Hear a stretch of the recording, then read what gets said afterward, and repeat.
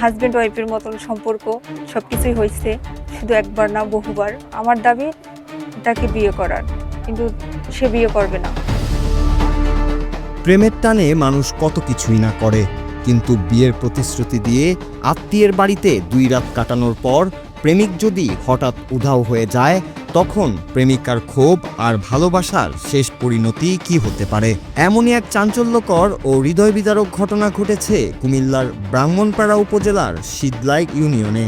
সুদূর গোপালগঞ্জ থেকে ছুটে এসে প্রেমিকের বাড়িতে টানা 12 দিন ধরে বিয়ের দাবিতে অনশন করছেন মোসাম্মদ নুসরাত জাহান নামের এক তরুণী।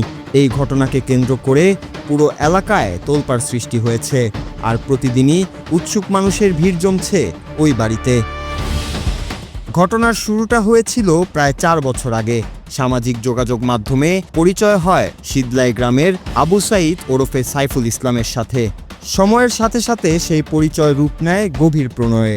গত 2 বছর ধরে রাজধানী ঢাকায় নিয়মিত দেখা সাক্ষাতের মাধ্যমে তাদের সম্পর্ক আরও ঘনিষ্ঠ হয়। কিন্তু বিপত্তি ঘটে 12 দিন আগে। তরুণীর অভিযোগ, বিয়ের স্পষ্ট আশ্বাস দিয়ে আবু সাইদ তাকে দেবিদ্বারের এক আত্মীয়র বাড়িতে নিয়ে যান।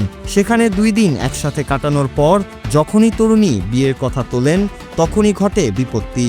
কাউকে কিছু না জানিয়ে তরুণীকে একা ফেলে রেখে উধাও হয়ে যান প্রেমিক আবু সাইদ ওরফে সাইফুল। 2 দিন থাকার পরে আমার কাছ থেকে আমার ফোন নিয়ে গেছে। ফোন নিয়ে আমার ফোনের সিম নিয়ে আমার ফোন থেকে যত ডকুমেন্টস ছিল সব তারা ডিলিট করে দিচ্ছে। প্রেমিকের এমন কাণ্ডে দিশেহারা হয়ে নুসরাত জাহান অনেক খোঁজাখুঁজির পর পৌঁছান প্রেমিকের গ্রামের বাড়িতে, কিন্তু সেখানে গিয়ে বিয়ের দাবি তুলতেই আবু সাইদ তাকে মেনে নিতে অস্বীকৃতি জানান এবং এক পর্যায়ে টানা হেঁচড়া করে বাড়ি থেকে বের করে দেওয়ার চেষ্টা করেন। বিষয়টি স্থানীয় ইউনিয়ন পরিষদ চেয়ারম্যান পর্যন্ত গড়ালে সমাধানের জন্য সালিশি বৈঠক ডাকা হয়, কিন্তু চতুর প্রেমিক আবু সাইদ সেই বৈঠক থেকেও কৌশলে পালিয়ে যান। এরপর থেকে লোকলজ্জার ভয় উপেক্ষা করে প্রেমিকের বাড়িতেই অবস্থান করছেন নুসরাত। পরিস্থিতি বেগতিক দেখে বর্তমানে প্রেমিক সাইফুল এবং তার পরিবারের সবাই বাড়ি ছেড়ে আত্মগোপনে চলে গেছেন।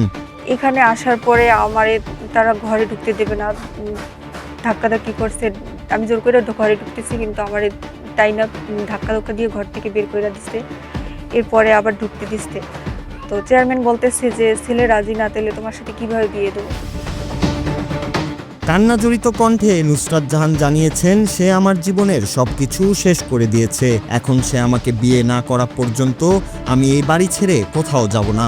এদিকে উপজেলা মহিলা বিষয়ক কর্মকর্তা ও স্থানীয় প্রশাসন বিষয়টির খোঁজ খবর নিলেও শেষ খবর পাওয়া পর্যন্ত কোনো আপোষ মীমাংসা বা বিয়ের সমঝোতা হয়নি। প্রতারণার এই গল্পে শেষ পর্যন্ত কার জয় হবে? নুসরাত কি তার অধিকার ফিরে পাবেন, নাকি সাইদ পার পেয়ে যাবেন? তা হয়তো সময়ই বলে দেবে। Bangla TV news desk.